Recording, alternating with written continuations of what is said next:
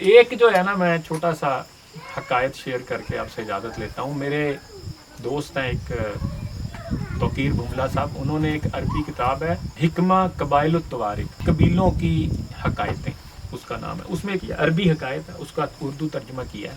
ایک بزرگ جو ہیں وہ بستر مرگ پہ ہیں، تو اپنے نوجوان بیٹے کو وہ نصیحت کرتے ہیں کہ بیٹا ہمیشہ آب شیریں پینا، اور ہمیشہ بہترین قسم کا کھانا کھانا، اور ہمیشہ بہت قیمتی اونٹ پہ یعنی سرخ اونٹ پہ سمجھیں سواری کرنا. تو وہ کہتا ہے کہ ابا جان آپ کو پتہ ہے میرے تو حالات ایسے نہیں ہیں، آپ جو چیزیں کہہ رہے ہیں یہ تو کوئی امیر کبیر ہی کر سکتا ہے اس طرح کے کام.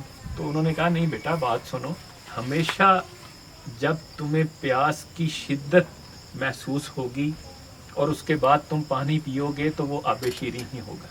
اور بیٹا تم خوب محنت کرو، حتیٰ کہ بھوک تمہاری آنتیں کاٹنے لگے تو تب تم جو کھانا کھاؤ گے وہ بہترین کھانا ہی ہوگا. اور تم اونٹ کے ساتھ ساتھ پیدل سفر کرو، حتیٰ کہ تم میں مزید چلنے کی سکت باقی نہ رہے، تو جب تم پھر اونٹ پہ سوار ہوگے تو وہ اونٹ تمہیں قیمتی سرخ اونٹوں سے زیادہ محبوب ہوگا. اب آپ دیکھیں، یعنی حالات نہیں بدلے، خیالات بدلے ہیں تو آپ کی زندگی بدل گئی. ٹھیک ہے، یعنی آپ فوری طور پہ جس کو کہتے ہیں پیراڈائم شفٹ، نہ شکری والا طرز عمل تھا آپ کا، لیکن آپ نے جسٹ اپنی سوچ بدلی تو آپ شکر گزاری کے طرز عمل میں آ گئے.